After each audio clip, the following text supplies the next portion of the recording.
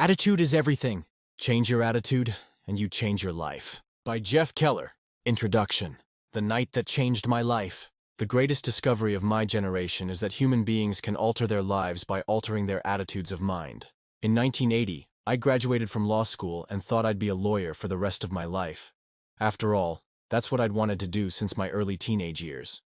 At first, everything went according to plan. After lots of studying that summer, I passed the bar examination and was admitted to practice law in New York. My personal life was also on the upswing. In early 1981, I married Dolores, a law school classmate. I was on my way to much success and happiness, or so I thought. But after practicing law for a few years, I realized I wasn't happy at all. Sure, there were some things I liked about being a lawyer. I enjoyed helping people resolve their disputes, especially when I could save them the agony of lengthy court proceedings. Yet there were so many things about being an attorney that I disliked, and that just seemed to drain the life out of me. Mounds and mounds of tedious paperwork and motions to be filed, constant delays and postponements. It was not uncommon for a trial to be postponed 10 times. I dreaded going to work. I continued to grind out the work, but grew more and more dissatisfied as an attorney. I was frustrated and very depressed. To put it bluntly, I didn't like my life, and saw no way that things were going to improve. Have you ever had a job where you dreaded going to work most days? Where you felt the weight of the world on your shoulders each day? Well, that's how I felt. I was literally hunched over, and in pain, both physically and emotionally. I looked much older than my years. I began to get headaches all the time, and my stomach was constantly churning. Fearing that I had some serious health problem, I saw some doctors, and they ordered a battery of tests. Every test came back with the same result. They couldn't find anything physically wrong with me. One of the doctors suggested that I take Maalox to calm my upset stomach. Spiritually, I was dead. Nothing in my life had much meaning. This day-to-day drudgery was also affecting my appearance. Although I was in my late 20s, I looked like I was 40.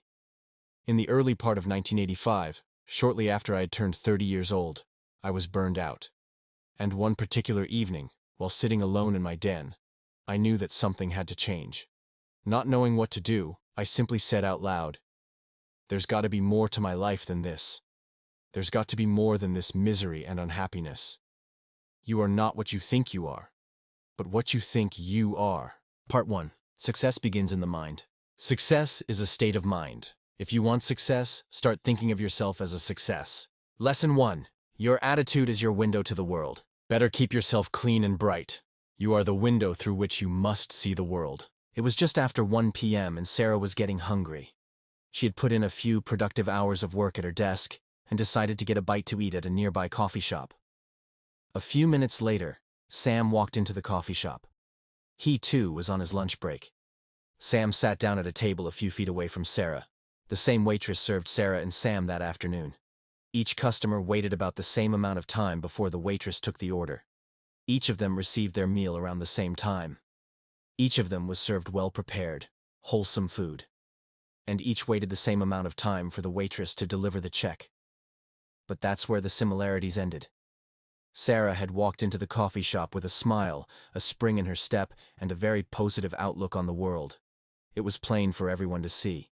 Her body language and her posture reflected her optimism. Sarah had a delightful lunch, exchanged some pleasant conversation with the waitress, and went back to work with a recharged battery.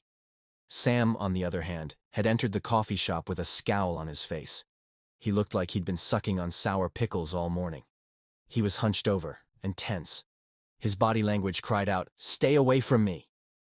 He was annoyed when the waitress didn't take his order immediately. He was annoyed at how long it took for his meal to arrive. He complained about the food and was furious when he didn't get his check right away. Why did Sarah and Sam have such different experiences in the coffee shop? Remember that each was treated in exactly the same way. It comes down to this. Sarah sees the world with a positive attitude. Sam sees the world with a negative attitude. Attitudes are a secret power working 24 hours a day for good or bad. A definition of attitude. Think of your attitude as the mental filter through which you experience the world. Some people see the world through the filter of optimism, the glass being half full, while others see life through a filter of pessimism, the glass being half empty. Let me give you some examples to explain the difference between a positive attitude and a negative attitude. The person with the negative attitude thinks, "I can't." The person with the positive attitude thinks, "I can." The person with the negative attitude dwells on problems. The person with the positive attitude concentrates on solutions. The person with the negative attitude finds fault with others. The person with the positive attitude looks for the good in others. The person with the negative attitude focuses on what's missing. The person with the positive attitude counts his or her blessings. The person with the negative attitude sees limitations. The person with the positive attitude sees possibilities. I could go on and on with examples, but I'm sure you get the idea. When I talk to audiences about attitude, I often like to use word pictures. They help people to understand and remember what I said. Let me paint this picture for you. Your attitude is your window to the world. You can't always control circumstances, but you can control your own thoughts. Everyone starts with a clean mental window. Let's take a few moments to discuss why I say that your attitude is your window to the world. We all start out in life with a good attitude. Or should I say, a clean mental window. Just watch young children. They're always laughing and giggling. They have a sunny disposition. They love to explore new things. Consider the attitude of a child who's learning to walk. When he stumbles and falls down, what does he do? I'll tell you what he doesn't do. He doesn't frown or blame the carpet. He doesn't point fingers at his mother or father for giving him lousy instructions. He doesn't quit. Oh no. He smiles, gets up again, and makes another attempt. And another. He keeps going for weeks and weeks with a positive attitude until he gets it right. His window is squeaky clean, and he feels like he can conquer the world. But as you know, there comes a point where life starts throwing some dirt at our windows. And here's what happens. Our windows get splattered by criticism from parents and teachers. Our windows get smudged by ridicule from peers.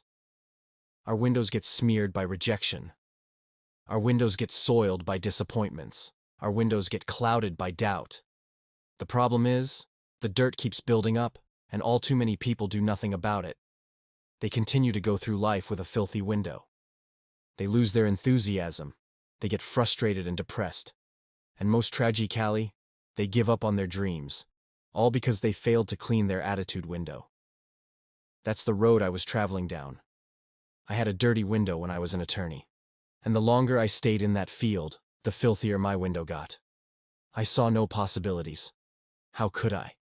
My window was splattered with the mud of negativity. Wash your window.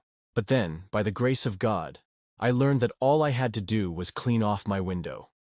I had to improve my attitude so I could see the world clearly again. After I removed the grime from my window, a whole new world opened up for me. The frustration and depression lifted. I had more confidence. For the first time in many years, I could see the magnificent possibilities that life had to offer, and I was able to make a career transition and do work that I absolutely love. When you really think about it, I'm in the business of helping people to clean off their windows, to get a better attitude. Do you see what I mean when I say that attitude is your window to the world? Can you appreciate how your attitude affects the way you see everything in your life? More importantly, are you beginning to see those areas where your window needs to be washed? You control your attitude. It's your job to keep your window clean. Sure, I can give you a little encouragement, and other people can encourage you too. But in the end, nobody else can do it for you. There is nothing either good or bad, but thinking makes it so. You see, you always have a choice. You can leave the filth on your window and look at life through a smeared glass. But there are consequences to that approach, and they're not very pretty. You'll go through life negative and frustrated. You'll be unhappy. You'll achieve only a fraction of what you're capable of achieving. There's a better way. When you choose to take out your squeegee and clean your window, life will be brighter and sunnier. You'll be healthier and happier. You'll set some ambitious goals and begin to achieve them. Your dreams will come alive again. William Shakespeare. Still doubting whether you really have the power to change your attitude? Perhaps you're thinking, Jeff, that's easy for you to say. Your attitude wouldn't be so good if you had my problems. Granted, some really devastating things may have happened to you. You may have endured much suffering. Perhaps you're going through some tough times right now. But even under the worst circumstances, I still contend that you have the power to choose your attitude. I'm not saying it's easy, but the fact remains, the choice is yours. Let me tell you about a man who is well qualified to speak on the subject of attitude. His name is Dr. Viktor Frankl, and he went through hell on earth, and managed not only to survive, but to inspire millions of people. You see, Viktor Frankl endured years of horror as a prisoner in the Nazi death camps. To make matters worse, his father, mother, brother, and his wife died in camps or were killed in gas chambers. Every day, Frankl and the other prisoners suffered from hunger, cold, and brutality. Can a person control his or her attitude in a situation like that? Here's what Dr. Frankl had to say about the importance of attitude in his best-selling book, Man's Search for Meaning. Everything can be taken from a man but one thing, the last of the human freedoms, to choose one's attitude in any given set of circumstances, to choose one's own way.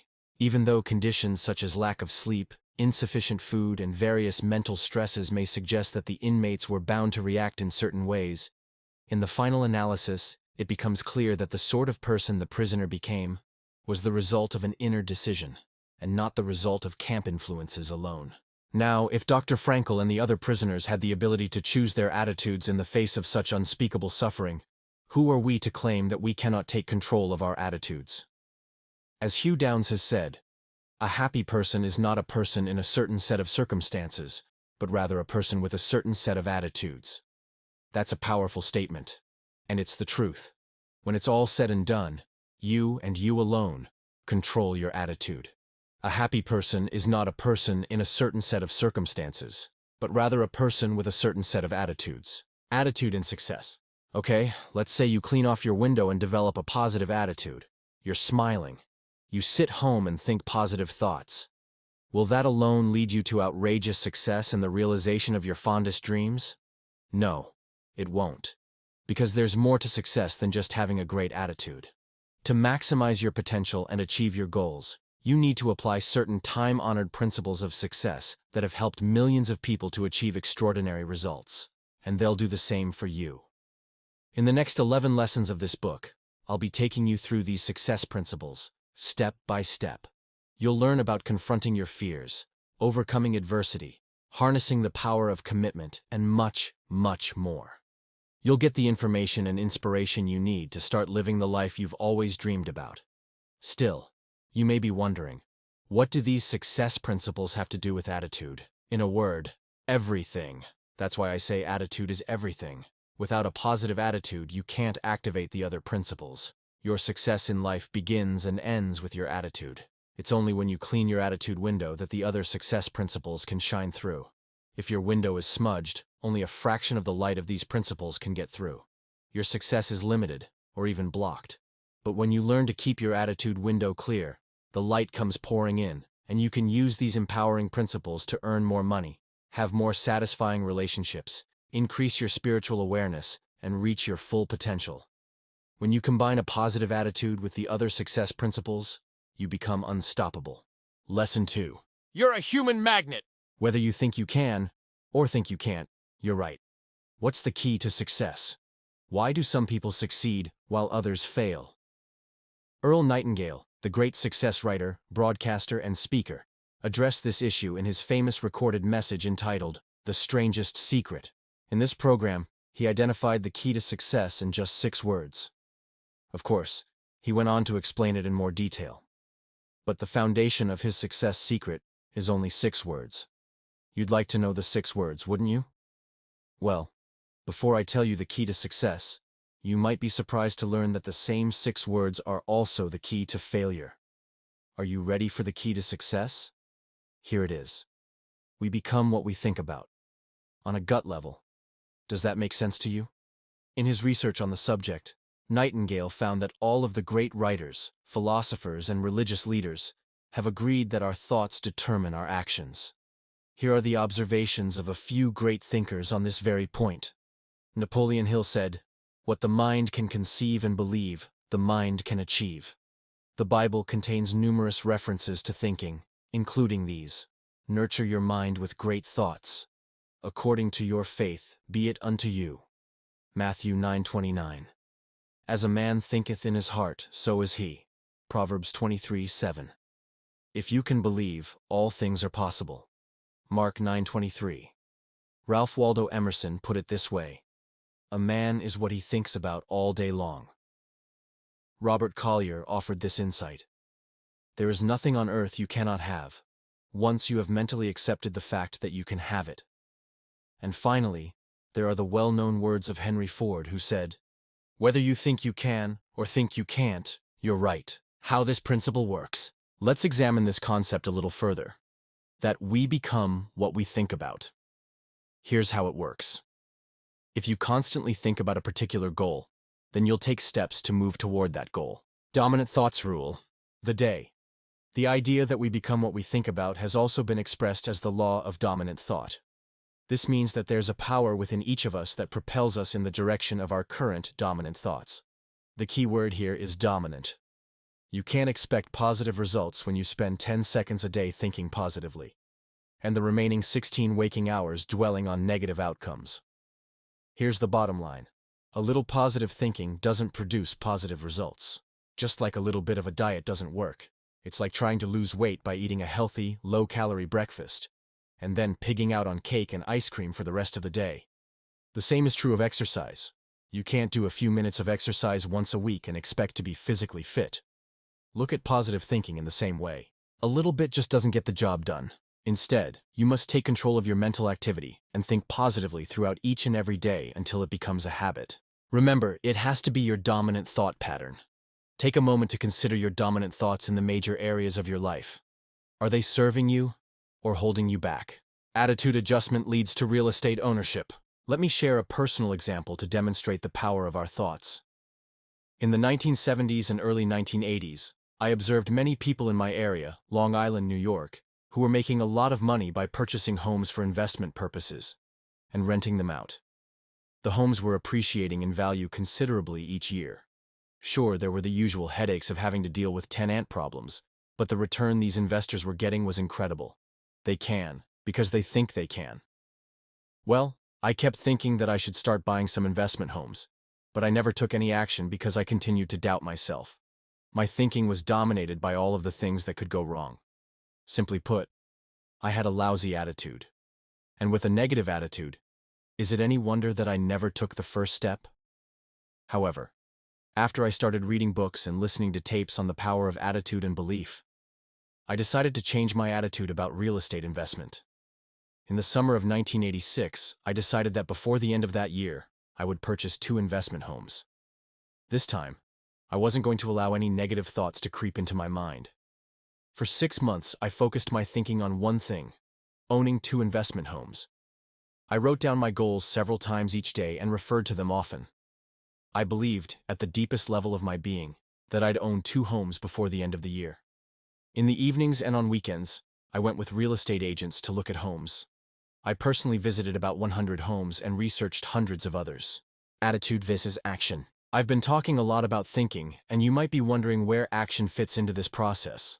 It's true that you don't get results without action, but recognize that thought precedes action.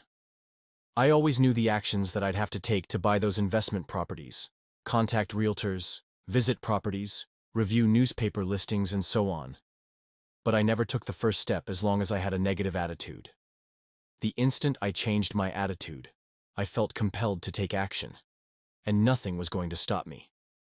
That's why a positive belief system is the starting point for the achievement of any goal. When your dominant belief is that you can achieve your goal, you begin taking the actions necessary to move in that direction. Your circumstances reflect what you've been thinking about. Face this fact: your beliefs brought you to where you are today, and your thinking from this point forward will take you to where you'll be in the future. In fact, your results in every area of your life reflect your deeply held thoughts about yourself. Consider your finances. What are your beliefs in this area? Are you constantly thinking about not having enough money? Dwell on that thought, a lack of funds, and you block the flow of money to you. And then, there's the matter of relationships. If you think that you don't deserve much, you attract friends and partners into your life who won't treat you very well. I'll bet you know someone who always seems to go out with the wrong person. In fact, The last 29 people they've gone out with were wrong for them. Do you think this is a mere coincidence? Oh no. There is a deeply held belief inside that individual that attracts these people into his or her life. And whether we're talking about finances, relationships, or careers, the fact remains. If your thoughts don't change, your results won't change. What we sincerely believe regarding ourselves is true for us. Change your thinking.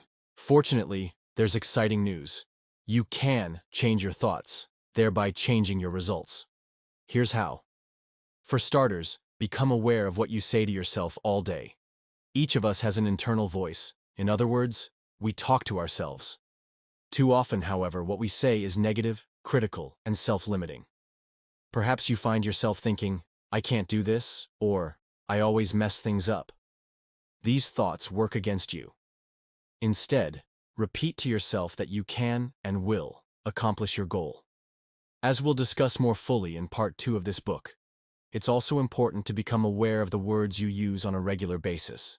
For example, do you put yourself down or talk about the things you could never have or achieve? Your mind hears every word you speak, and, like a magnet, you'll ultimately attract the events and circumstances that correspond to your dominant beliefs. So, make sure to use positive words about yourself and your goals. Repetition is the key. Here are 2 more action steps to help you become more positive and get the results you want. Step 1. Every day, read some positive, uplifting literature. Find 15-30 minutes in the morning to do this. And it's also a good idea to do some reading right before bed. There are literally thousands of motivational books and articles to choose from. Read whatever speaks to you. It could be the Bible or other spiritual material, or perhaps inspiring biographies. You'll find a wide selection of success books in the psychology and self-improvement section of any bookstore or library, so check them out. Step 2. Every day, listen to motivational cassette tapes. You can listen to audio tapes in your car while commuting, at home, or during your exercise routine. The key is repetition. When you hear these messages over and over, they become part of you, and you begin to implement them to improve your life. The tapes will get you thinking about your attitude and other success principles on a daily basis. Of course, cassette tapes are not a substitute for action. It's up to you to put these ideas to work. Don't count on overnight success. Before concluding, I'd like to clarify a few things about positive thinking and the power of our thoughts. First of all, positive thinking doesn't mean that you'll achieve your goals overnight. It's not as if you start thinking about making more money, and the next morning you wake up and find a stack of dollar bills at your bedside. Not by a long shot. Success requires effort, commitment, and patience. And secondly, positive thinking doesn't mean you won't have any more problems. Believe me, you'll have plenty of setbacks along the way.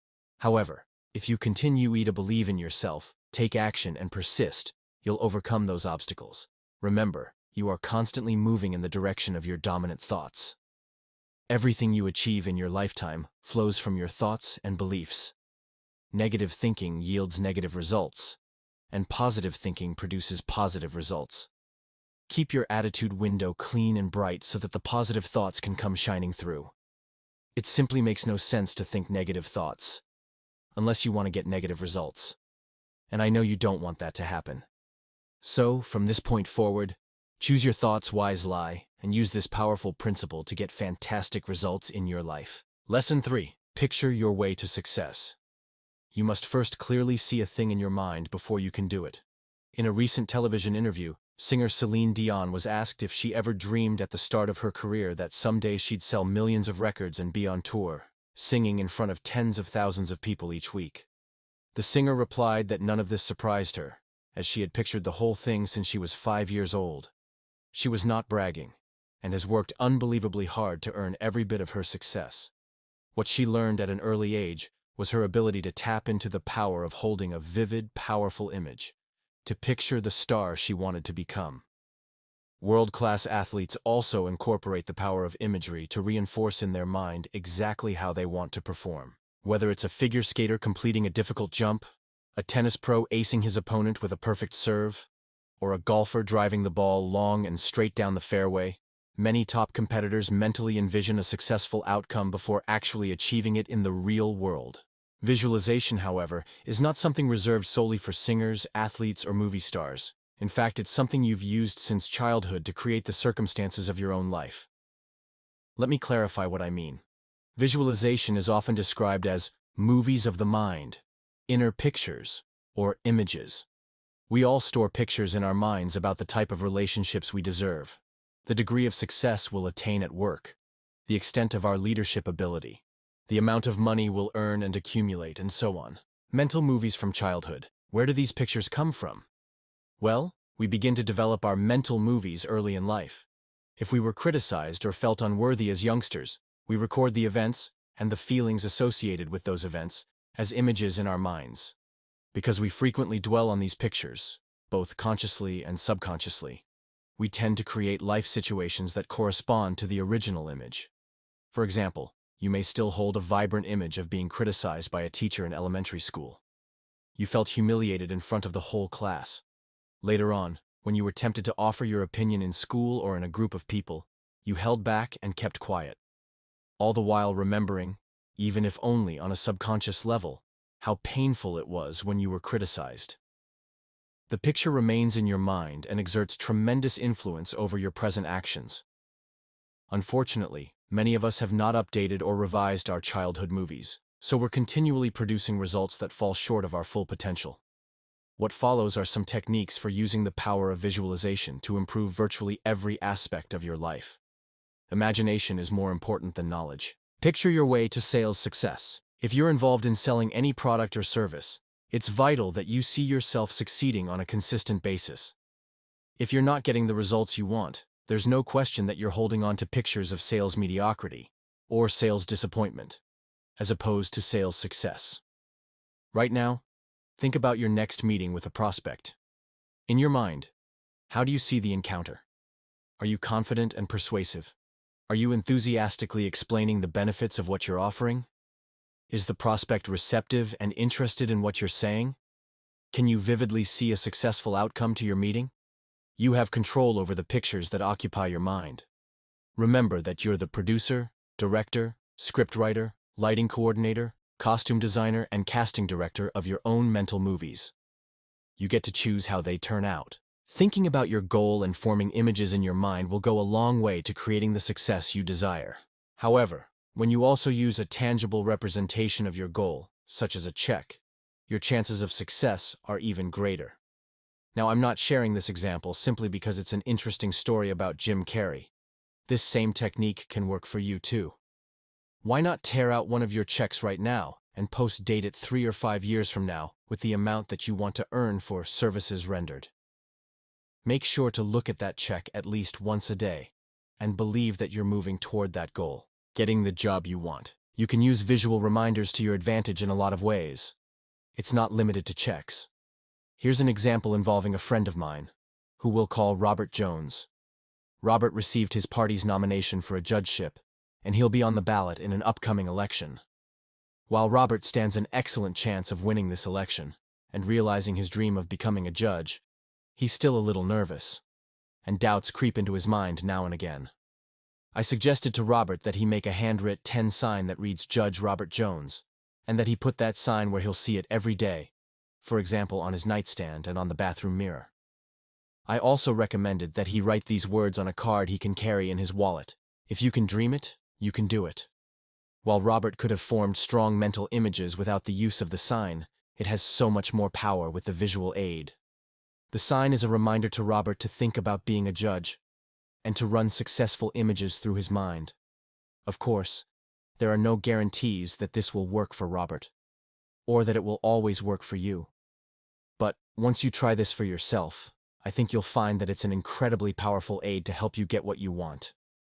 So, is there a position that you want to achieve? Sales manager, supervisor, attorney, owner of your own business? Whatever it is, create a visual aid and your mind will get to work to bring that picture into your life. It works both ways. Be very careful when using visual reminders.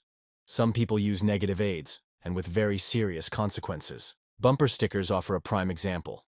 While riding in my car a few years ago, I noticed a bumper sticker on the car in front of me. The bumper sticker read, I-O, so off to work I go. In the last few years, I've seen this same bumper sticker over and over. It's obviously quite popular. Just a silly little rhyme, right? A harmless joke? Wrong. There's nothing funny or harmless about this message. When you put something like that on your car, you are programming your mind to keep you in debt. Think about someone who puts this bumper sticker on her car. We'll call her Alice. Every morning, Alice steps outside to greet the day and sees the statement, "I owe." When it's time to leave work, she goes back to her car and sees, "I owe." This idea will become embedded in her subconscious mind. She'll form mental pictures associated with being in debt. And, if you recall lesson 2, Alice will always attract what she thinks about most. In this case, she will attract lots and lots of debt. If you ask Alice why she never has enough money, she'll say that she has bad luck. The truth is, Alice is careless about what goes into her mind. The harmless little bumper sticker of today becomes your reality tomorrow. Alice is a perfect example of someone throwing more mud on an already dirty attitude window. If attitude is everything, then Alice's predominant attitude is, "I'm a debtor." With an attitude like that, what do you think her future will bring? Prosperity or more debt? We both know the answer to that question. Well, there you have it. Some suggestions for creating and benefiting from your own mental movies. Remember, if you don't take control and develop your own movies, you'll continue to replay the old ones. If the old movies are serving you, that's great. But if they're holding you back in any way, get started today and use the incredible power of your mind to picture your way to greater success. Lesson 4. Make a commitment, and you'll move mountains. What this power is, I cannot say.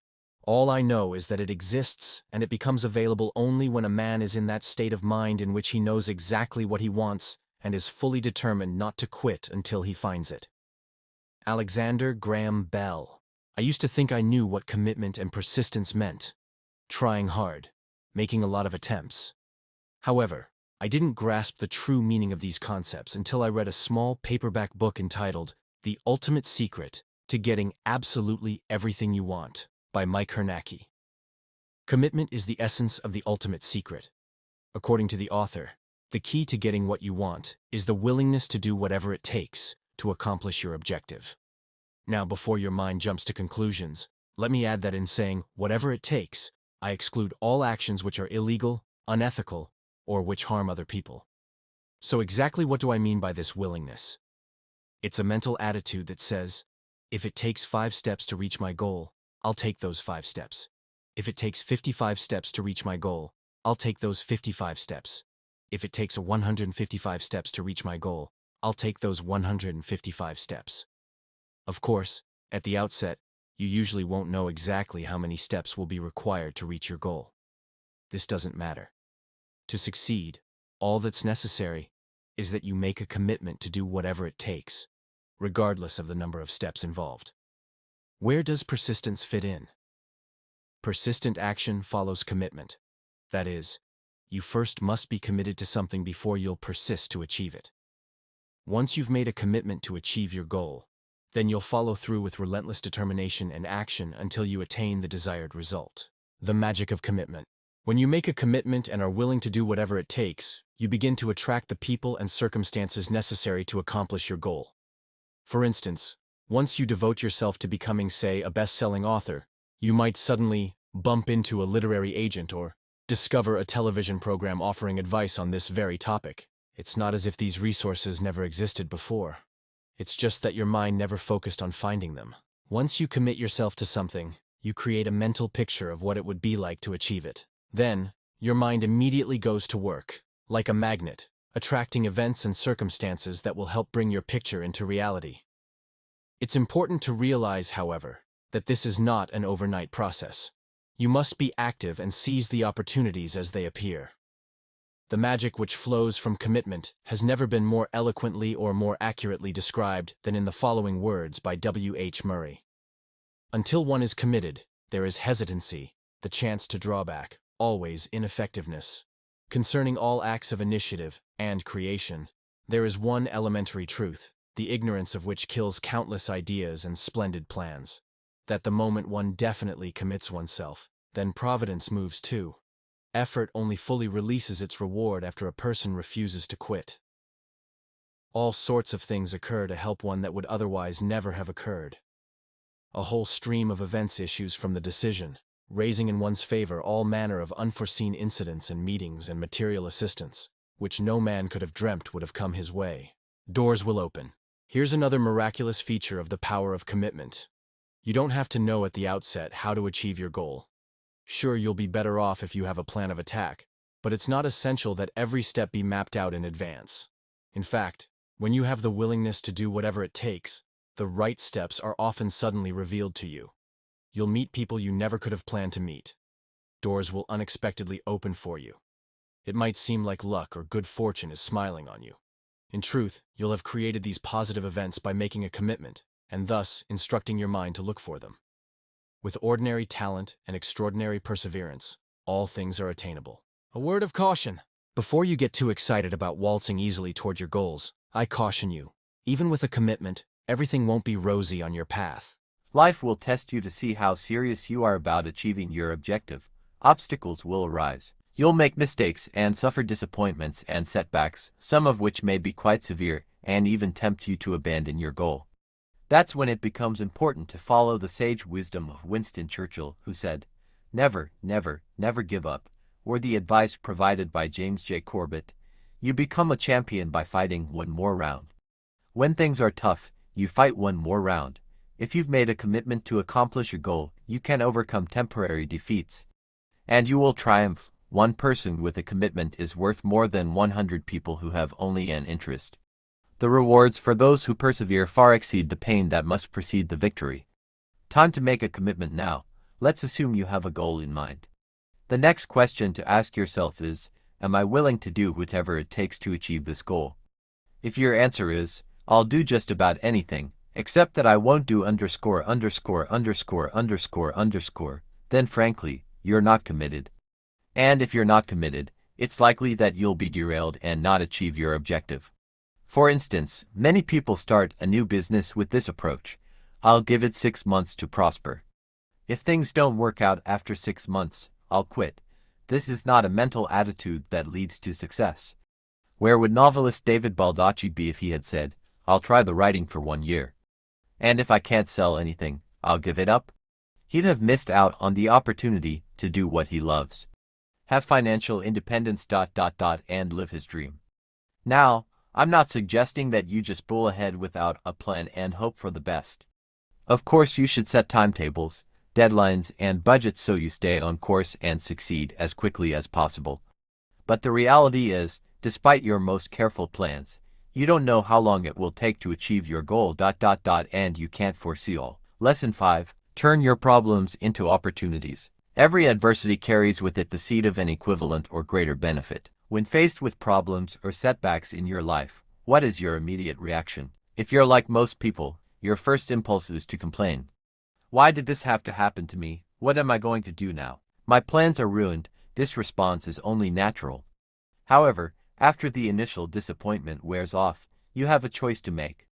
You can either wallow in misery and dwell on the negative aspects of your situation, or you can find the benefit or lesson that the problem is offering. Yes, you'll probably face a period of uncertainty or struggle, but there's always a flip side to the difficulty. You see, a problem is often not a problem at all. It may actually be an opportunity. For instance, a problem may point out an adjustment you can make to improve certain conditions in your life. Without the problem, you never would have taken this positive action.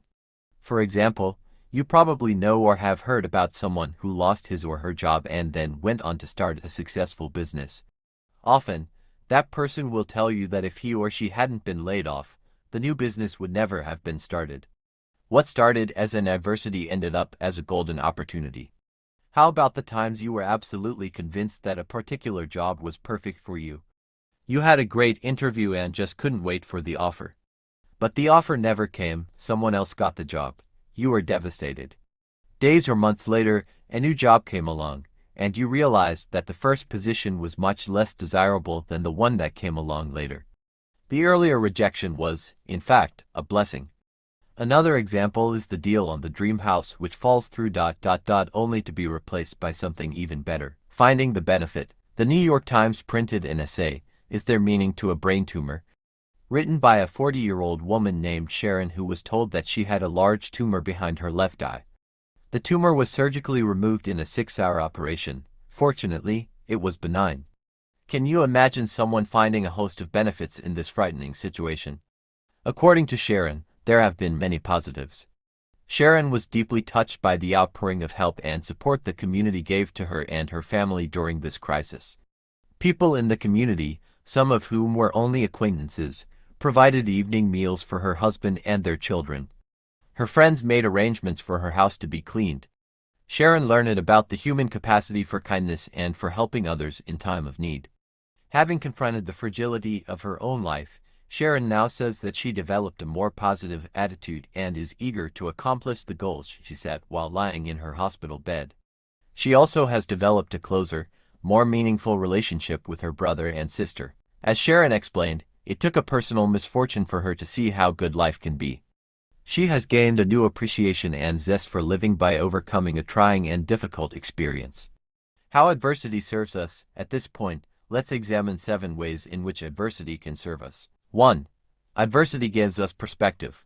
Once you've recovered from a life-threatening illness, a flat tire or a leaky roof doesn't seem so troubling anymore.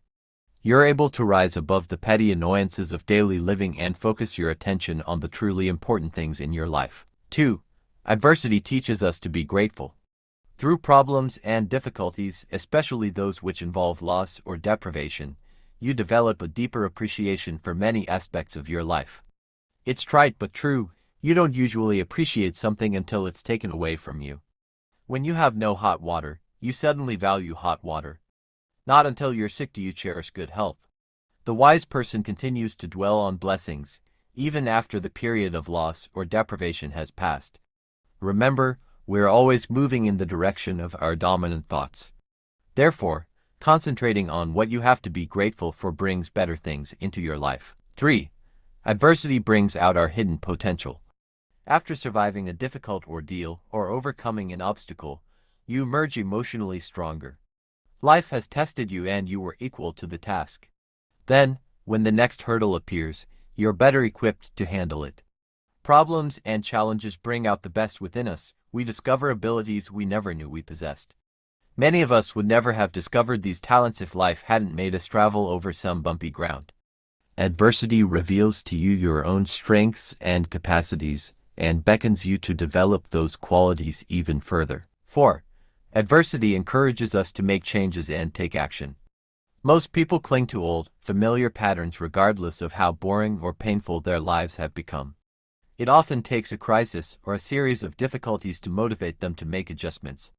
Problems are often life's way of letting you know that you're off course and need to take corrective action. 5. Adversity teaches us valuable lessons. Take the example of a failed business venture. The entrepreneur may learn something that enables him or her to succeed spectacularly on the next venture. 6. It opens a new door. A relationship terminates and you go on to a more satisfying relationship. You lose your job and find a better one. In these instances, the problem is not a problem at all, but rather an opportunity in disguise. One door in your life has been shut, but there is a better one waiting to be opened. 7. Adversity builds confidence and self-esteem. When you muster all of your courage and determination to overcome an obstacle, you feel competent and gain confidence. You have a greater feeling of self-worth and you carry these positive feelings into subsequent activities. Look for the positive. Sure, you'll have your share of problems and adversities in life. I'm not suggesting that when tragedy strikes you deny your emotions or refuse to face reality. What I am saying is don't immediately judge your situation as a tragedy and dwell on how bad off you are. Sometimes you won't be able to instantly spot the benefit that will come from being in your situation. But it does exist. You always have a choice. You can view your problems as negative and become gloomy and depressed about them. Let me assure you this approach will only make things worse. Or, you can see every seemingly negative experience in your life as an opportunity. As something you can learn from ... as something you can grow from. Believe it or not, your problems are there to serve you, not to destroy you. So, the next time you suffer a problem or setback in your life, don't get discouraged or give up. Don't let problems cloud your attitude window forever. Clear off that cloudy window. You may find after the dust settles, that you can actually see better than you did before. Just remember the words of Napoleon Hill: every adversity carries with it the seed of an equivalent or greater benefit. Continually ask yourself what you've learned from your trying experience and focus on moving forward and growing as a person. In times of crisis, always strive to maintain an optimistic attitude and an open mind, for this is the environment that will allow you to find the benefit in your difficulty. Part 2. Watch your words. Repeat anything often enough and it will start to become you. Lesson 6. Your words blaze a trail. The words you consistently select will shape your destiny. When was the last time you seriously thought about the words you use each and every day? How carefully do you select them? Now, you might be thinking, Jeff, why all this fuss about words? What's the big deal? The answer is simple. Your words have incredible power. They can build a bright future, destroy opportunity, or help maintain the status quo. Your words reinforce your beliefs ... and your beliefs create your reality. Think of this process as a row of dominoes that looks like this: thoughts, words, beliefs, actions, results. Here's how it works. Tom has a thought, such as I'm not very good when it comes to sales. Now, let's remember that he doesn't have this thought only once. Oh, no. He's run it through his mind on a regular basis, maybe hundreds or thousands of times in his life. Then, Tom starts to use words that support this thought. He says to his friends and colleagues, I'm never going to do very well in sales, or I just hate making sales calls or approaching prospects. Here again, Tom repeats these phrases over and over ... in his self-talk and in his discussions with others. This, in turn, strengthens his beliefs, and it's at this stage where the rubber really meets the road. You see, everything that you'll achieve in your life flows from your beliefs. So, in our sales example, Tom develops the belief that he's not going to be successful in sales and that he won't earn much money. This becomes embedded in his subconscious mind. What can possibly flow from that belief? Because Tom doesn't believe in his sales ability, he takes very little action, or he takes actions that aren't productive. He doesn't do the things that would be necessary to succeed in sales. Words are, of course, the most powerful drug used by mankind. Rudyard Kipling. And then, quite predictably, Tom gets very poor results. To make matters worse, Tom then starts to think more negative thoughts. Repeat more negative words ... reinforce negative beliefs. And get even more negative results. It's a vicious cycle. Of course, this whole process could have had a very happy ending if Tom had selected positive thoughts and reinforced them with positive words. In turn, he'd reinforce the belief that he's successful in sales. As a result, Tom would take the actions consistent with that belief and wind up with outstanding results. My point is, don't underestimate the role of your words in this process. People who feed themselves a steady diet of negative words are destined to have a negative attitude. It's a simple matter of cause and effect. You can't keep repeating negative words and expect to be a high achiever. And that's because negative words will always lead to the reinforcement of negative beliefs and eventually to negative outcomes. Why you don't want me to fix anything in your home when it comes to home repairs? I'm lost. You want me to replace a faucet or fix something in the toilet tank? I'd have a better chance of reaching the top of Mount Everest. Carpentry or electrical wiring? I haven't got a clue. You want to know my ultimate Achilles heel? It's those instruction sheets that explain how to assemble something that you've just taken out of the box. You know what I mean, those black and white booklets with references to figure 108 that show you or claim to show you where all the nuts and bolts go ... and how all the parts fit together. Instruction sheets have the same effect on me as kryptonite had on Superman. If you recall the old Superman programs, the villain would shoot bullets at Superman, and the bullets bounced off his chest harmlessly. But there was one substance that Superman could not defend against: kryptonite. Allow me to suggest a few guidelines in this area, with the understanding that there are no hard and fast rules, and you should do what works best for you. To begin with, use positive self-talk as often as possible. In my view, the more the merrier. After all, you're talking to yourself, so you don't have to worry about others hearing your comments. The key is that you hear this positive input again and again, and it becomes deeply rooted in your subconscious mind. Whether to share your goals with other people is a much trickier issue. One thing I've learned is this: Never discuss your goals with negative people. All they'll do is argue and point out all the reasons why you won't be successful. Who needs that? Often, these negative Nellies are the ones who do little or nothing in their own lives.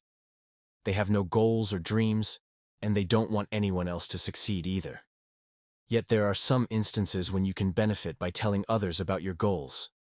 First of all, make sure that you're speaking with someone who's extremely positive and totally supportive of your efforts. This should be the kind of person who would be absolutely delighted if you achieve this goal, and would do anything in his or her power to assist you. You may have a friend or colleague that fits this role, or certain family members. It's also important to share your goals with others who are working with you to achieve that outcome. For example, if a sales manager wants to increase sales in the coming year by 20%, he or she would make this goal known to everyone on the staff. Then, everyone can work together to achieve it. Even though I'm encouraging you to use positive words to move you toward your objectives, I'm not suggesting that you ignore the obstacles that you may face, or that you discourage feedback from other people. Before embarking on any goal, you want to prepare for what may be coming down the road. Personally, I prefer to discuss those issues with someone who is positive, someone whose feedback includes creative solutions to the difficulties that may arise. Furthermore, I'll only discuss my plans with people who are qualified to render an intelligent opinion on the subject.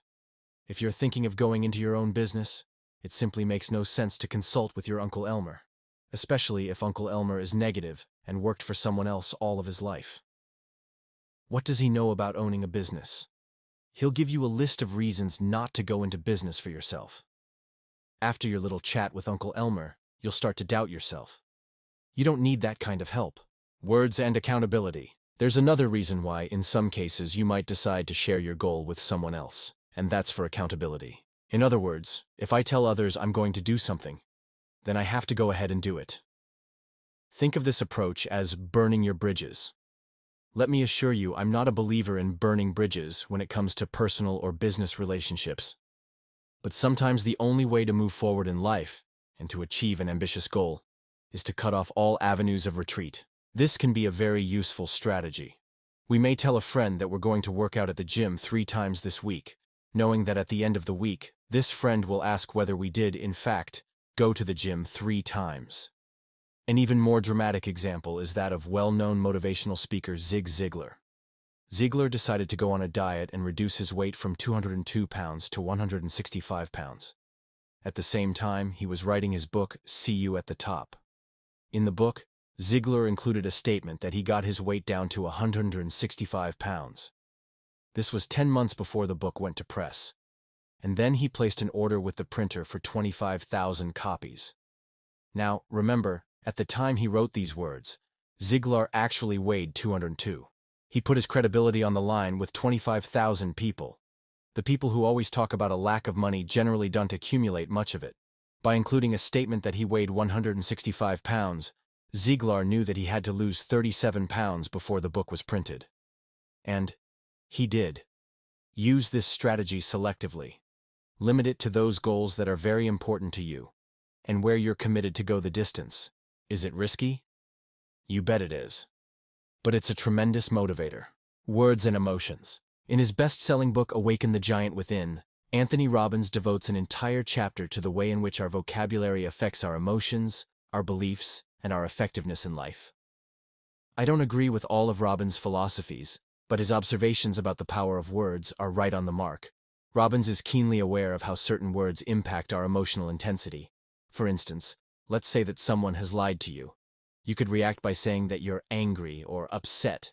If, however, you use the words furious, livid, or enraged, your physiology and your subsequent behavior would be dramatically altered. Your blood pressure would rise, your face would turn beet red, you'd feel tense all over. Choose words that will point you in the direction of your goals. On the other hand, what if you characterized the situation as annoying, or said that you were peeved? This lowers your emotional intensity considerably. In fact, saying that you are peeved, explains Robbins, will probably make you laugh and break the negative emotional cycle completely. You'd be much more relaxed. Robbins gives other examples of how you can lower the intensity of negative emotions. Imagine, for instance, replacing I've been destroyed with I've been set back, or using the phrase I prefer instead of I hate. Of course, you can also intentionally select words to heighten positive emotions. Instead of saying I'm determined, why not say I'm unstoppable? Or, in place of declaring that you feel okay, try I feel phenomenal. Or, I feel just tremendous. Juicy, exciting words like that lift your spirits to a high, or level, and profoundly influence those around you. When you consciously decide to use such terms, you're actually choosing to change the path on which you've been traveling. Others will respond to you differently, and you'll alter your perception of yourself as well. Fortunately, you can control your words, which means that you have the ability to build a positive belief system and to produce the results you want. The first step is awareness. Let's examine the phrases you've been using in 4 key areas of your life: relationships, finances, career, and health.